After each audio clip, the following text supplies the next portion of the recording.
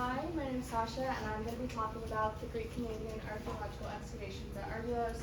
And before I start, I want to just give a little preface because all the photos were taken by one of my friends who I worked with in our trench, and he took them for his project. He got special permission to use these photos, or to take the photos, and I got special permission to use them for this presentation. So this is my site. It was in northern Greece.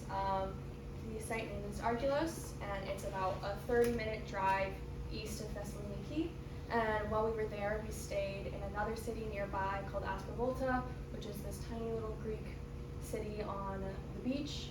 So it's in what was ancient Macedonia, but is now just northern Greece.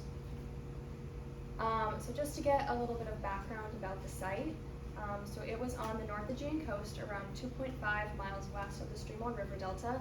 It was founded by Ionian settlers of Andros in the middle of the 7th century BC, and it was the first Greek colony of the Thracian coast. And it flourished economically until the founding of Amphipoli in 437 BC, and it's because it took advantage of trade on the river and the gold mines on the mountains nearby. And it was then occupied by the Persians in the early 5th century BC, and Xerxes stopped there and conscripted the inhabitants to his army. And then after the fall of the Persians in Greece, it then became part of the Athenian Confederacy and remained as part of that until it was captured by Philip II in 357-356 BC during his campaign against the Thracians. And the main focal point of Argylos is that it was a big commercial sector, and there also has an Acropolis there. And then as part of this excavation, I personally worked on this site called Cordelion, which is a colony of Argylos. And it's just a short distance east up the hill, and it's on the area that controls the Strymons estuary. And during the Persian occupation, they built a big fortification wall there, which was the big part of what I investigated during this project. And so the picture on the top left is what Argylos looks like. The one on the right is from the Acropolis. It's a Pythos. And then those are goats that we saw on site, because there was a shepherd right next to us, so they would come by pretty often.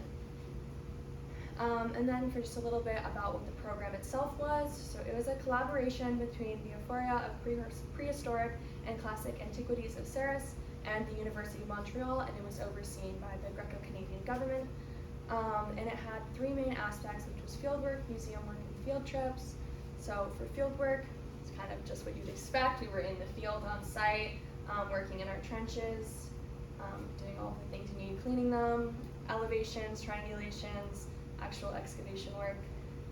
And then for the museum work, we would go to the museum nearby in Amphipoli, and we would clean what we found, we would catalog it, sort it, and then for pottery, we would have to identify both the shape and the decoration and figure out what that kind of means in the context. And this season that I went was a study season for the museum, so we would also work with artifacts that were found during previous excavations of Argylos. So we got to look at some things that were found in the 2019 excavation, which had some pretty awesome pottery in it. And then for field trips, on Saturdays, we would go out to different museums and sites in the area to kind of understand more of the historical context surrounding our site. And one thing about this that was also really fun is we would go to sites that had a focus in something that our PhD, our supervisors that were PhD candidates, that their PhD was on. So one of the sites we went to had a big focus on waterways, and one of our supervisors for PhD is in ancient waterways. So we went to that, and she got to give us kind of an overview of what that really means. So we got to learn a lot more in depth about what that meant. And so the general objective of this site was to better understand the establishment and organization of the Greek colonies on the northwestern coast of the Aegean Sea. And for my trench in specific, we were on a far corner of the site at Cordelion, and previous excavations revealed the fortification wall that I talked about along the center gate. So our job was to see if the course of the wall was the same as the rest. So we worked in a far off corner where we hadn't seen the wall yet, and we wanted to see what was really happening there. So for a day in the life, when we were on site, we'd wake up at 5, leave to site at 6, We'd arrive there around 6:30 and immediately start working.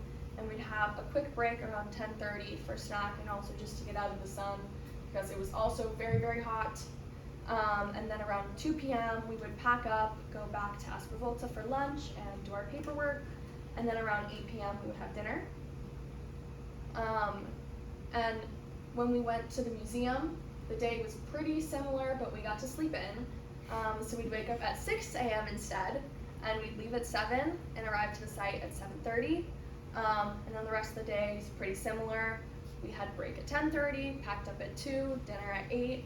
And then these photos are just pictures of kind of what we did at the museum. So like putting pottery sherds back together, if we could identify ones that went together, sorting it, cleaning it, just, yeah. So for results, we found the wall.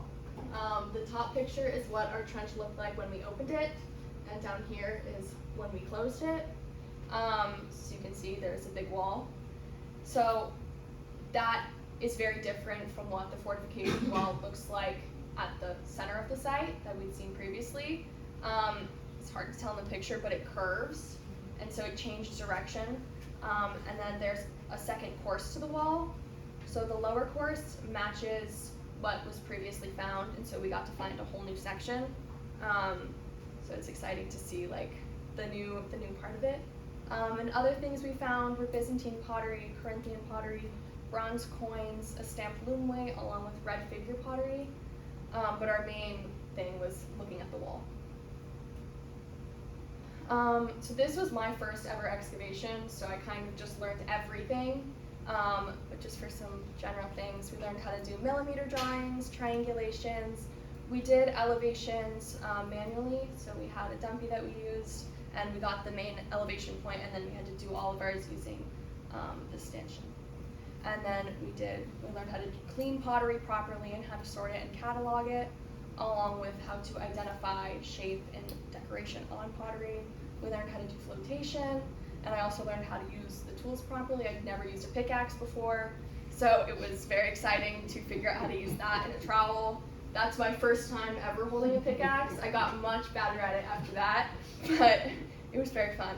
And we also learned just generally how to open and close trenches, how to keep a trench clean, and everything that you really needed to do to function on an excavation site.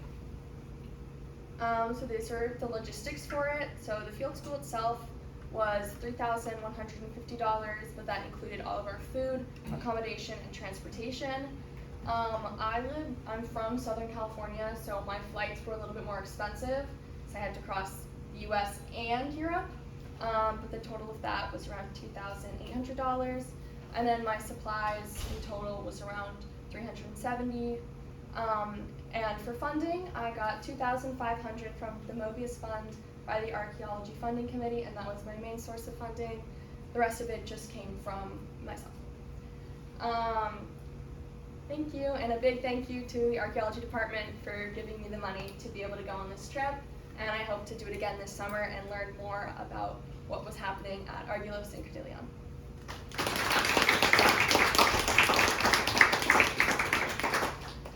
Any questions for Sasha? Yes. For the wall, is there any evidence of like robber trenches of people coming in and, because it's a nice, good, chunky wall, you can just steal the rock? Not on this site, but at Argylos there's a lot of that. I think because this was really far up the hill, people were less inclined because there was one further down the hill that was easier to access.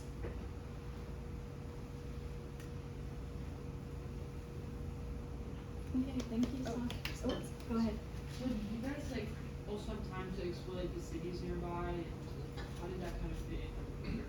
Yeah, so every Saturday we would go out to the different areas nearby, and we would also get to look at the museums and the sites. So we'd get to kind of walk around and see what was in the area. We also had a day where we went to Thessaloniki, which is the big city nearby, and we went to the museum, and we also had time to just explore the city in general. And then we had Sundays off, so we could kind of do what we wanted to do in the area. I liked to walk up and down the beach to see the different cities that were right next to it, so it was all really fun. Thank you.